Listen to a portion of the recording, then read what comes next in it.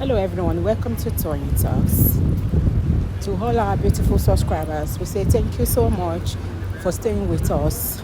And if you're new here, we are happy you find us. Please don't forget to like, subscribe, and hit on that notification button so that you will be notified for more upcoming videos. In the comment section, please know the regretful comment. Thank you for watching. Till I'll see you in my next video. Stay safe, stay blessed. I love you. Bye. Ṣé gbogbo yín kàn sọ pé mental health mi ni ṣé mọ̀ pé mo ti wà immune, mo ti create immunity. Are you you are in the medical field, right? Yeah, I'm a psychiatrist now. I know what you're saying. Oh, you're a psych nurse. So mo ti create immunity sí betrayal. Ṣé get? So àti kékeré mi ni. It's not a new thing. And it comes from families. Yeah, family. Kí tó mọ ìyá Wùnmí, ó máa ń wá látọ̀dọ̀ family bàbá. Gbọ̀ngbà tí mo tún wá mọ̀ ìyá Wùnmí, tiẹ̀ náà tún dákun. Ṣé get? But this is not new to me. It is not new. And I purposely did what I did yesterday. I was already crying when I was coming back from work. I got home. I spoke to my husband about it. It was even my husband that said, leave Liam out of it. My husband told me, I told him, and my husband said, leave Liam out of it. Again. But right now, I don't have anyone except God, my husband, and my kids. Yeah. And for the past 2 years, they have been coming for that man. But Egbagbe.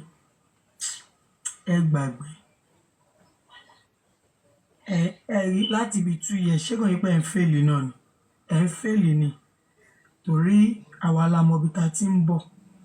Ọkùnrin tó lè fi state lẹ̀ torí ìyàwó ẹ̀ ní ó ní issue pẹ̀lú àwọn family ẹ̀. Tó fi iṣẹ́ ẹ̀ lẹ̀, tó fi gbogbo àwọn ọ̀rẹ́ ẹ̀ lẹ̀, tó ní babe já máa lọ. Káàtì ẹ̀ mọ̀ bí ta ṣe ń dorí kọ. So, ó lọ fáfá gan. Then I will say this to you women watching me. Èèyàn máa ń pọn mí lẹ́gbẹ̀ẹ́ de òǹgbẹ́ni.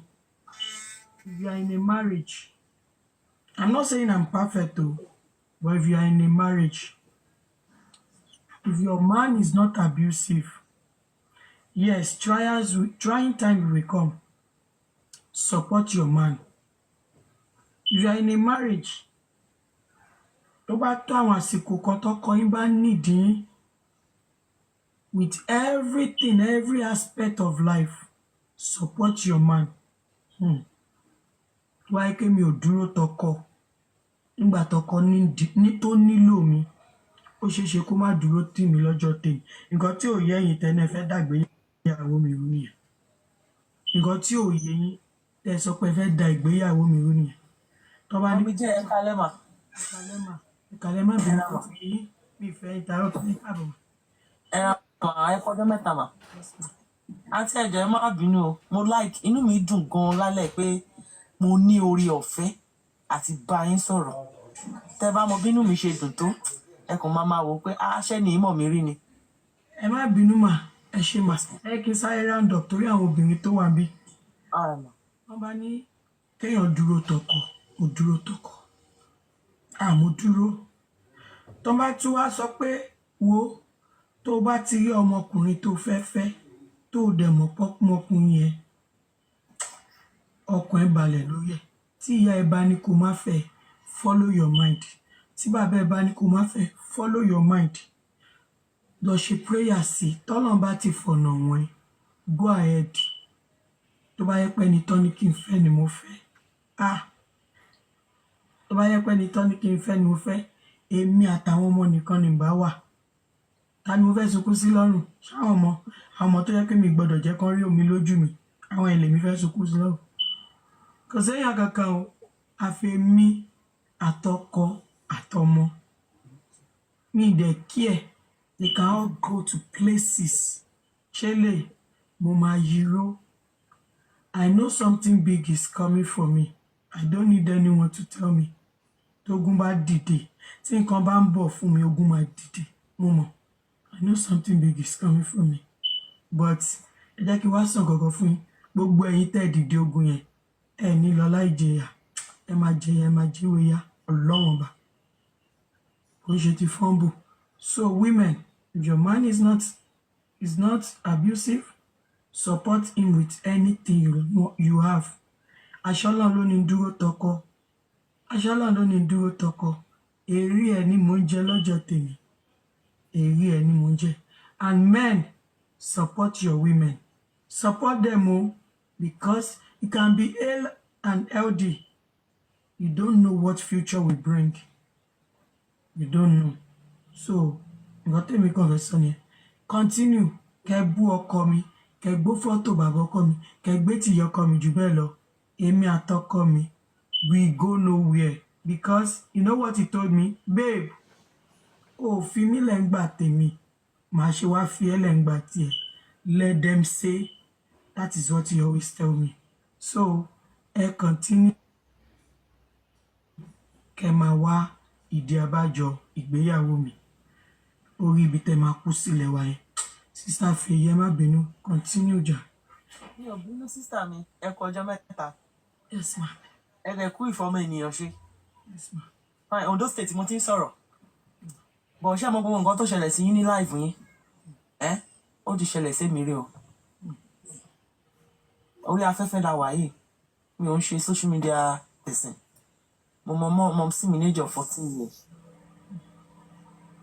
fún 14 years yẹn mo mọ nǹkan tí ojú mi rí tó jẹ́ pé ojú yín ti rí rí gbogbo ìyá máa sọ pé ìyá òun bọ̀ mi ò rí ti tèmi ìgbà tí màá dẹ̀ mọ sí mi inú dáàdì mi ò dùn sí ní mo lọ mọ sí mi to cut the story short ni pé please and please mo fẹ́ kẹ́ mi ń ṣe fans anybody but mo fẹ́ bẹ́ẹ̀ mi ṣe dúró on my own pé ṣebí táàmù kàgbà kan ni mi ò rí àwọn ìyá yìí pé mo kú ni bí mo ṣe dúró kò sí àwọn ìyá yẹn máa fi àwọn ọmọ tó ń bí síbi ìmí yẹn wọ́n máa fi kẹ́yìn o wọ́n máa fi yín kẹ́ wọn rádà tó ń ṣẹlẹ̀ sí mi lọ́wọ́lọ́wọ́ nísìnyí tó jẹ́ pé mo wá wò pé ṣé mi ò léèyàn ni mo ì máa rí nìyẹn mo wá wò pé ṣé kìí ṣe ìyá yìí ló bí mi ni èyí tí dáàdì mi ṣe lẹ́nu ọjọ́ mẹ́ta ìgànmọ́ ọ̀gá bàbá yìí tún lè ṣe irun kan báyìí ọkọ mi ló ní leaving mi ló. àǹtí ọlọ́run ní jẹ́ ká padà sẹ́yìn láwọn tí àwa tí kìíní ìṣẹ̀lẹ̀ sí ẹni tó wà nínú ṣú yẹn ló mọ nǹkan tó ń ta ń lẹ́sẹ̀ ẹni tó wà nínú ìgbèkùn yẹn ló mọ pains feelings tó ń. let me tell you something mo rántí nǹkan kan má bínú mà. I think 2 or 3 months ago I was on the phone with my father we were talking mo wá sọ fún dáàdì mo ní báwo ni ìyá ṣe máa bímọ tí ò ní fẹ́ràn ọmọ ẹ̀ my father told me she doesn't have to love you mo ní dáàdì kí lẹ sọ did you just say she doesn't have to love me mo ní dáàdì èmi náà ti ń bímọ ṣé mi ò ní ìfọmọ tí mo bí ni. kò easy mà mo ti lọ bá dáàdì mi rí mo ní kó jọ tó ní Ọlọ́run. Daddy, can we have this conversation on another day? Because you are pissing me off at this moment. Ibẹ̀ ni mo tún wá wò pé this man cannot change. Àǹtí ó máa ń rí bẹ́ẹ̀ ẹ dúpẹ́ pé ẹ ní ọkùnrin tó dúró tì yín náà tó bá jẹ́ pé ẹ ní ọkùnrin tó dúró tì yín ni ó máa wọ́ sí náà. Mo béèrè lọ́wọ́ popsi mi mo ní kó jọ torí Ọlọ́run mo ní ta ló bí mi níwájú Ọlọ́run tí mò ń sìn mo ní ta ló bí mi ó ní mọ̀mísí mi nìyẹn mo ní no mo ní mi ò believe torí trade yẹn ti pọ̀ jù up till now kíní yẹn máa ń ṣẹlẹ̀ kò yẹ yín nǹkan tẹ́mi náà ẹ sọ fún yín ni pé nǹkan tẹ́ ń jà sí nǹkan tó right mi o bí mo ṣe wà nínú ilé nísìnyí if anything happens to me wọ́n máa béèrè lọ́wọ́ tó bá jẹ́ ọmọ kékeré ló wà lọ́dọ̀ mi at that moment wọ́n máa béèrè lọ́wọ́ ẹ̀ pé kí ló ṣe woman yìí kí ló ṣe lady yìí kí ló ṣe ọmọ yìí that is what we are fighting for pé kí ló ṣe Mohbad simple ọ̀rọ̀ yìí simple gbogbo nǹkan tó ń gbà láti bí 2 years bẹ́ẹ̀ ní gbàgbọ́ ọtí yìí nǹkan tó normal ní ilẹ̀ Yorùbá ni o. Yes ma. pé wọn parọ́ fún mi kò kàn mí lọ́wọ́ kò kàn mí lẹ́sẹ̀ ẹ parọ́ fún mi ẹ dẹ̀ rí tí mò ń jàjà ibi lọ ẹ pè mí pé irọ́ la pa fún ẹ o ẹ fi mí lẹ̀ mò ń jàjà ibi yẹn lọ ṣé kàpá. ọ̀rọ̀ yìí simple ìgbà tí ọkọ òun fẹ́ kú o omi ló mu o ráìsì ló jẹ o ó ṣàdédé ṣubú bedroom ni o bí mo ṣe rí nìyẹn o ó jáde mọ́lẹ̀ ni o ó forí gbá ni o ó fẹsẹ̀ kọ ni o ó yàgbẹ́ ni o bó ṣe yàgbẹ́ yẹn lòye ojú wá ko tó dákú o òun wá gbé lọ hospital o gbàtà dé hospital ọlọ́pàá ló ti kú police station náà ló ti kú simple kò sí family ẹ wo Yorùbá ní gbogbo wa tá bá máa ṣe àbòsí mà kò sí family yẹn tí ò ní bèrè lọ́wọ́ pé kí ló àwọn ìyá arúgbó tí ọkọ wọn bá kú wọ́n máa ń bèrè lọ́wọ́ àwọn family máa wá gbé ìyàwó yẹn jókòó wọ́n wá bèrè lọ́wọ́ ẹ̀ nílẹ̀ Yorùbá pé kí ló ṣe bàbá tó fi kú oró oúnjẹ wo ló jẹ ikọ́ tó máa ń wú gbà yẹn òun náà tún wú tó fi kú o family dẹ̀ máa understand ìyẹn ò ní pé wọ́n á sọ pé ìyàwó yẹn ló pa but statement yẹn nílẹ̀ Yorùbá wọ́n máa ń bèrè lọ́wọ́ anybody bàbá tó ti 90 years wọ́n máa bèrè lọ́wọ́ ìyàwó ẹ̀ tí ọkọ yẹn bá kú. ok ìyàwó ò sọ̀rọ̀ àwọn 15 people ò sọ̀rọ̀. wọ́n sọ̀rọ̀. pẹ́lí àmù tó jọ́mọ oṣù márùn-ún ló máa wá sọ̀rọ̀. wọ́n fẹ́ sọ̀rọ̀ ni. àbí gbogbo wọn ti ya wèrè ni. ọ̀rọ̀ yìí àǹtí ó simple ọ̀rọ̀ yìí ò ń ṣe ẹ̀wò gbogbo Mohbad ní family ọ̀rọ̀ yìí ò ń ṣe ọ̀rọ̀ social media nǹkan tó yẹ kí bàbá Mohbad béèrè ni bàbá Mohbad ń béèrè o. wọ́n èmi kàn ń clear ara tèmi ni ọlọ́run bá wọn yanjú. nǹkan tẹ́mi mọ̀ ni pé àǹtí ẹ̀jọ́ ìwọ̀nba oníkálukú abi tiẹ̀ lára ṣọ̀rọ̀ mi ò yẹ yín bẹ́ẹ̀ yẹn mà gbogbo tí Mohbad náà tó bá jẹ́ pé lóòótọ́ òkú máa ń wo ẹ̀yìn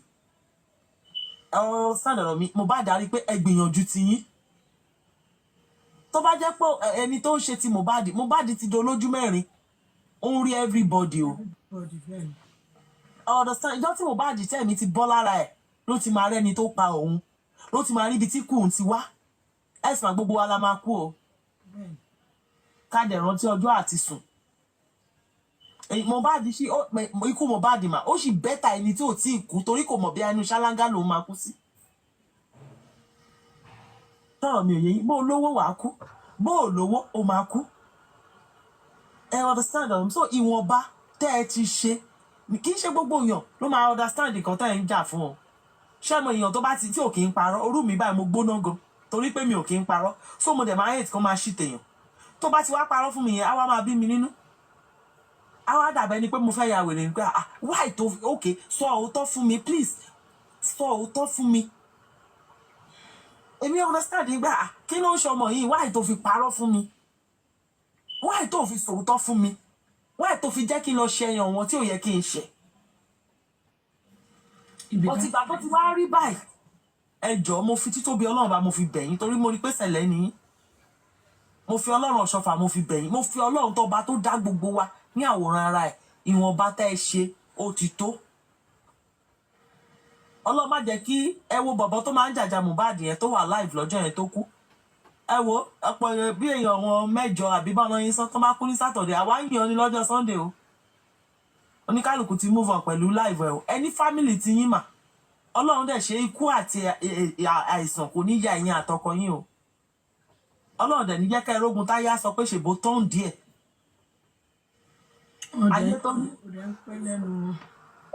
so ẹjọ́ mà ẹjọ́ mo fi Ọlọ́run bá bẹ̀yìn mo fi títóbi Ọlọ́run bá mo fi bẹ̀yìn mo tún fi Ọlọ́run bá mo tún fi bẹ̀yìn ìlú mi ní dẹ́ẹ́dẹ́ mìíràn ọ eléyìí tẹ́ ẹ ṣe ìsókè Ọlọ́run bá nìkan ló máa ń lọ́ba dédé òun ló máa ń pìyàn léèrè Wùmí tí nǹkan ṣẹlẹ̀ sí náà bó bá lọ́wọ́ òun ló bí òun lọ sí òun ló èmi kọ́ lọ́lọ́run tó bíbélì ká má ṣe dẹ́nikẹ́ni lẹ́jọ́ kó má bàa dá wa lẹ́jọ́ òun àti Ọlọ́run lọ́jọjọ ní kinní ó ti move on pẹ̀lú live ẹ̀yin náà move on pẹ̀lú live yín ilé tẹ́ ẹ ṣe ìsókè kò sí bẹ́ẹ̀ ẹjẹ́ ìsàn kan fún yín kò sí orú ìlú tẹ́ ẹ lè lù kò sórú ijó tẹ́ ẹ lè jó tí mom sí yín máa like yín o.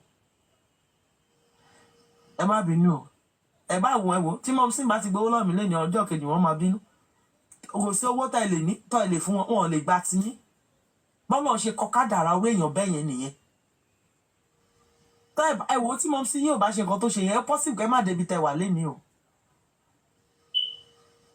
So ó yẹ kẹ́ tún máa dúpẹ́ ti yín ni. Arẹ́ni tí bàbá àti ìyá tọ́ tí ò rí oúnjẹ jẹ o. Arẹ́ni tí ìyá ẹ dídì tọ́ tó ń lọ lọ́nà tó kàwé tó self tán tó kú o, tó lásìdẹ̀n tó kú sọ́nà o. Christian má ti wá ìsinmi ni.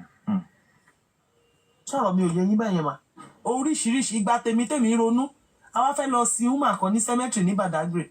Mo wá rí Kpai, gbogbo wọn tó kú ní young age. Ṣé ìyá wọn ò tọ́jú wọn ni?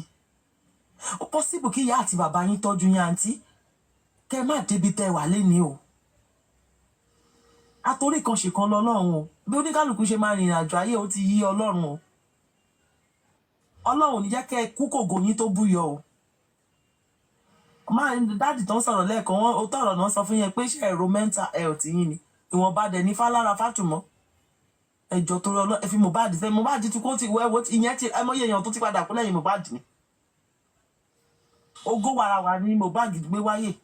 Kọ́lọ́run jọ̀ọ́ kó bá mi tẹ sáfẹ́fẹ́ rere tó bá jẹ́ pé lóòótọ́ ni èèyàn máa ń wà ní ọ̀run. Kọ́lọ́run bá mi fi àṣìṣe ẹ̀ kọ́lọ́run bá mi fi parẹ́. Ẹni tó bá wẹjú tó bá rí ibi tí Mohbad bá wá rí pé ògo Mohbad ń ṣàìn ni. Ọlọ́run ní jẹ́ ká kú tó kògó wa tó búyọ. Mohbad kú tán kí n tó mọ̀ ní ìmọ̀ ẹni tó ń jẹ́ Mohbad tẹ́lẹ̀. Àfìgbà tó kú ni mo tó mọ̀. Sọ ẹjọ́ torí Ọlọ́run ẹ fi Mohbad àti Mohbad o Wùmí o ọmọ ìyá yín sì ló máa rìn mí lọ́jọ́ kọjọ́. Orí dà fún mi. Ẹ má sọ statement yẹn. Ẹ má sọ fún mi. Ẹ jù. Àǹtí tẹ́ bá mọ nǹkan títí tèmi ṣe fún mi. Ẹ má sọ fún mi sẹ́. Ẹ má jà mọ́. Mo ní mi ìfẹ́. Ẹ jẹ́ Bíbélì ẹ jẹ́ ká fìjà sí ọwọ́ Ọlọ́run jà. Mo ní mi ò fẹ́. Mo ní mi ìfẹ́. Ẹ̀yin lè ṣe tìyín bẹ́ẹ̀, mo lè mi ò ṣe tèmi bẹ́ẹ̀. Ẹ jọ̀ọ́ ẹ má dá sọ̀rọ̀ wọn mọ́ ẹ fi wọ́n sílẹ̀. Lọ́kọ́ ni kéèyàn lọ́mọ ìyá náà, mo ní mi ìfẹ́. Níṣẹ́ dandan ìgbà téèyàn bá ti bímọ tá àti yan àgàn yẹn alihamudulilayi. Ọmọ mi lọ́mọ ìyá mi. Yes. Ọmọ ìyá olórí burúkú kan kiri. Yes. So sister ẹ má bínú pé mo dá sọ̀rọ̀ yín o. Mi ò ṣe bí sókè mi dábẹ́ sí. Ẹ jọ̀ọ́ ẹ torí Ọlọ́run. Mi ìbínú ẹ ṣé mo dúpẹ́ gan. Thank you very much. Yes ma. All right. Yes ma. Hello, Karimo, good evening. Good evening. How are you? I'm good. Please, I have two questions I want to ask. The first one, before I go for the first and second question, I want to say something that this story of Mohbad and how you were involved has given a lot of people lesson. You understand? In the sense that there was a time you called your mother's a pastor. Okay. So the pastor told you something. The pastor said that if you tread with caution, in the sense that you ask questions, you did not say, this is my sister, just like two people are fighting. You understand? And you rush into the scene and you want to quickly say, this is my sister or this is my mother, without asking a question. And you don't know that maybe it's your sister or your mom that is wrong. You understand? So that's the parable the pastor gave that faithful day when you called him.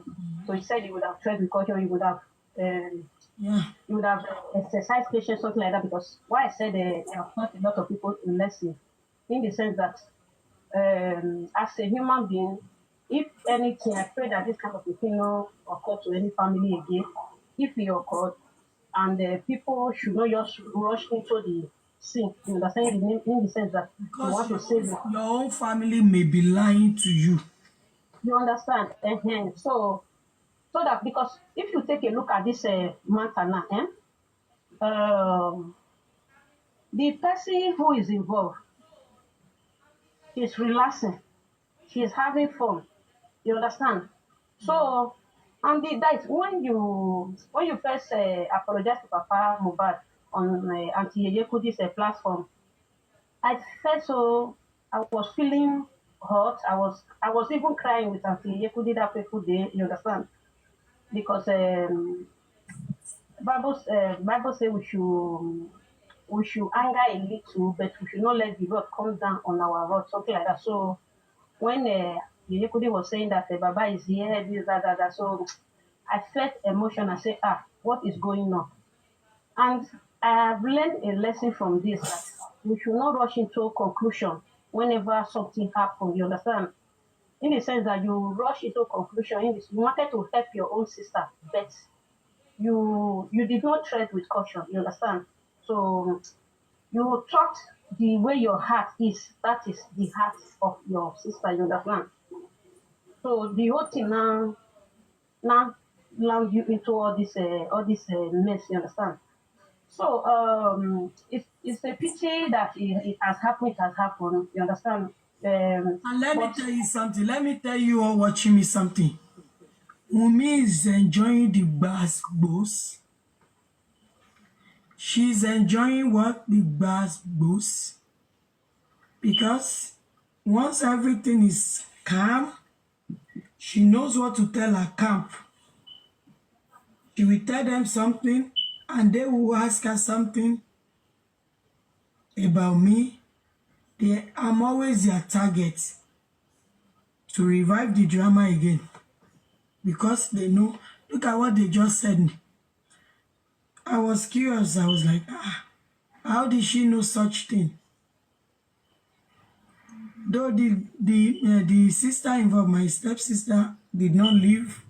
We are still in the same state, the same city, few minutes away from my place. There you get, okay? Arabu wọn máa ń pọ̀ gan. So she is enjoying the gbasgbos. Olórí burúkú ọmọ ni. Wait, why? God.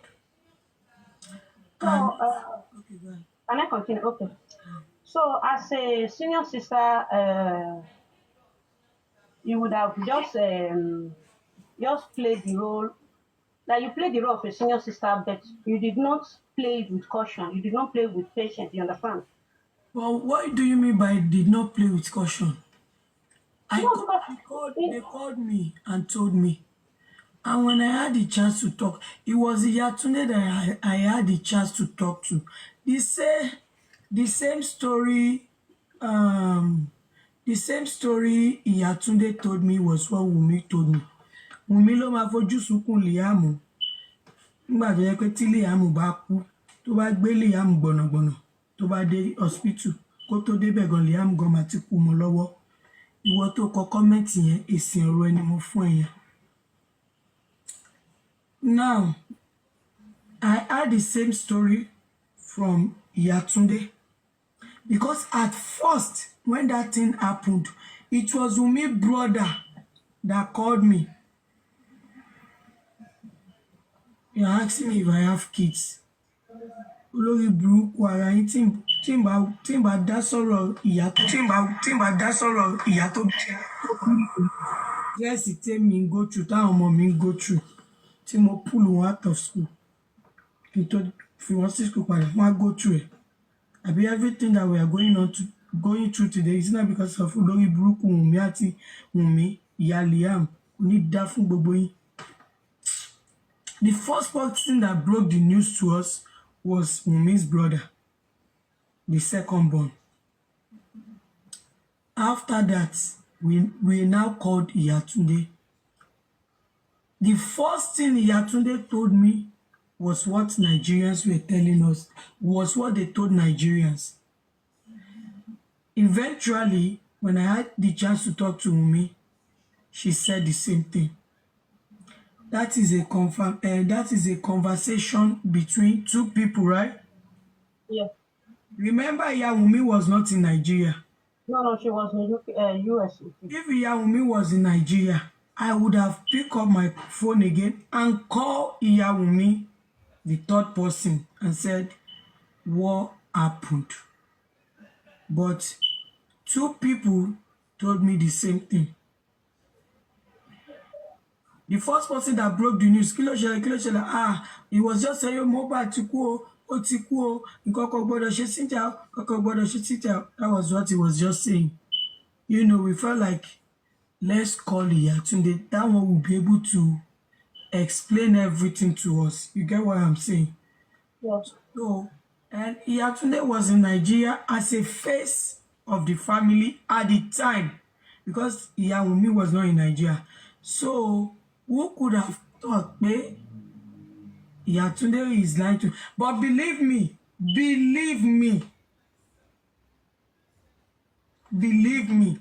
I know within myself, and I've said this before, that Iyawumi will know the cause of death of Mohbad even before she left Nigeria. I'm so confused she has known the cause of death. Because I will go to work, right? My husband will go to work. I will go to the store, right? My husband will not be at home. Iyawumi, we have the time to talk to Iyatunde and Wumi when I was not at home. Is that not true? Mm-hmm. So there is a possibility they told her the story they didn't tell me, even before she left the US with me for Nigeria. So how am I supposed to know that these people are lying? Until when she thinks she was mocking me. Unknowingly to her, she mentioned those words. And with the things that I've been seeing so far while I was in Nigeria, I was like, no. Wait, is today Thursday or Friday? Today is Thursday, right? No, Wednesday. Wednesday? Today's Thursday.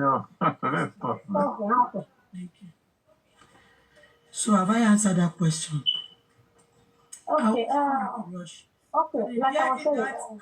Àbúrò mi, you know, that mood setting, and I was like, I have to defend her, I have to, but it is well. Okay. The question I want to ask is that for you to leave US with your two kids and your mom, because me, I've never seen when somebody lost an in-law.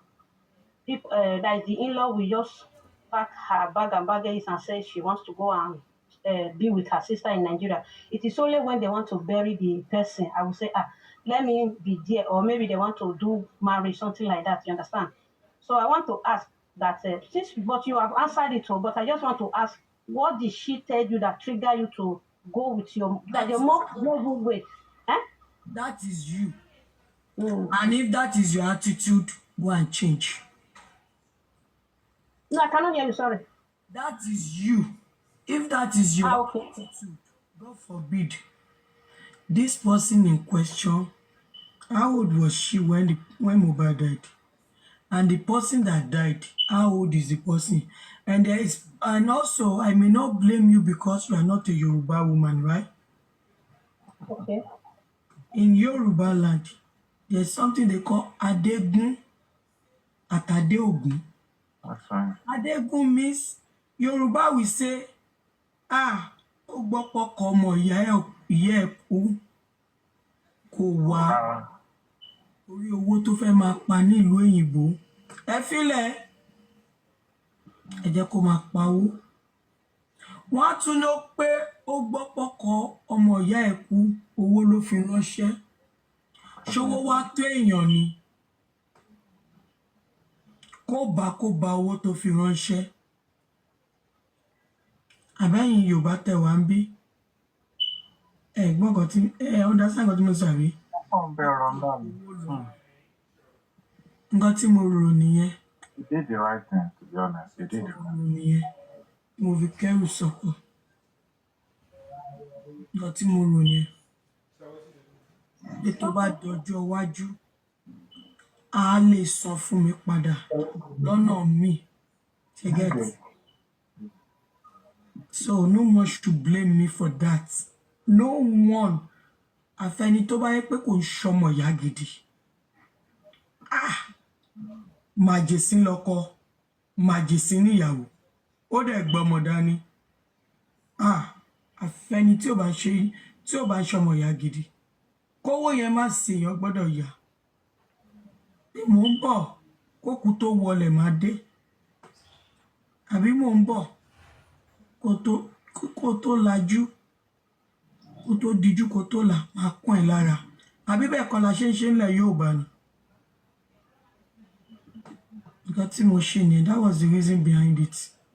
Okay, that one is clear to me now. I did not know because the thing was so shocking to me that that is, how can somebody just rush down like that? Okay, the second question is that you said to us long time ago, you said last year or the last 2 years that you, when she offended you, so you said, you took her to the embassy,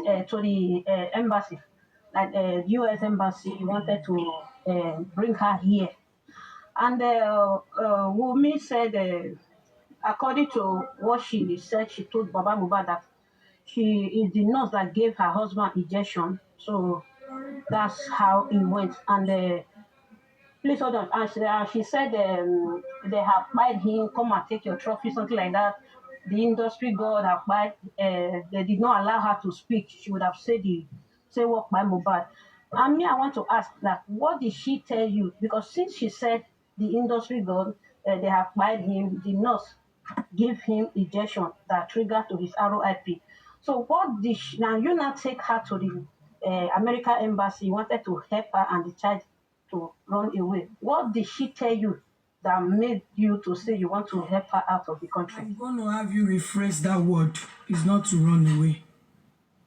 Safety. It's for safety. I've answered the question before now. See you. I wasn't here, sorry. I've answered the question before, but I'll answer it again because of the people listening to us. Before they say, oh, she's always trying to ignore that question. You said something. You said she told the word the industry god, right? Yes. And I will now throw a question to you, CEO. Your sister told you the industry god killed her husband, right? Okay. Mm-hmm. As a US citizen, you think maybe, okay, let me use my citizenship power. I took her to the citizen section, and you can never go to that section if you are not a US citizen. She went in there with me and my kids. Your sister told you some people killed her husband. What will you do to that your sister's safety? They killed her in that country, but you don't live in that country. What will you do to help that your sister at that moment? Let me try. No, because at that first time, she said it was the nurse. Before she now said it was the industry girl. That was what she told Baba. He said they give. No. Industry god. Okay, let's not use Wumi now. Industry god killed someone, right? Yeah. As that person relative, the person they killed is minor. The wife is still young. The person they killed is young, right? The wife is young as well, and they have a minor child. And you have the power. You think you have the power to take them, to help them. What will you think of? I will rescue her since rescue her. How are you going to rescue her? You rescue her the same way that you did. Since she said Why that did you want to rescue her? Why did you want to? Sorry. Before you say I will rescue her. Are they after her life? Madam, I don't want to say you are asking stupid question.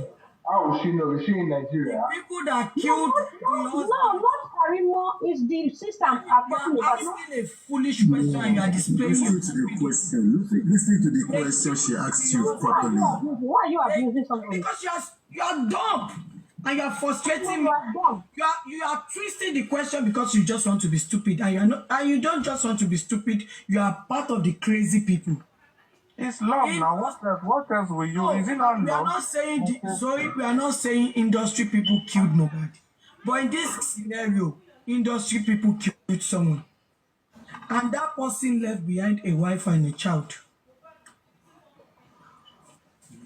The same people that killed the husband, won't they come for the family first? Kò ní dá fún ẹ, ogun ló máa pa ó, ayé yín máa bàjẹ́.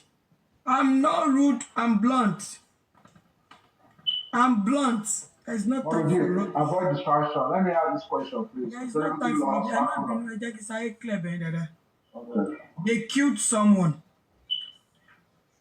What in a same country, if that be the case, tó bá yẹ pé nǹkan tó ṣẹlẹ̀ gangan nìyẹn. Safety first, àwọn tó pọkọ ṣọ́ọ̀nì padà wá pàyàwó àtọ̀nù.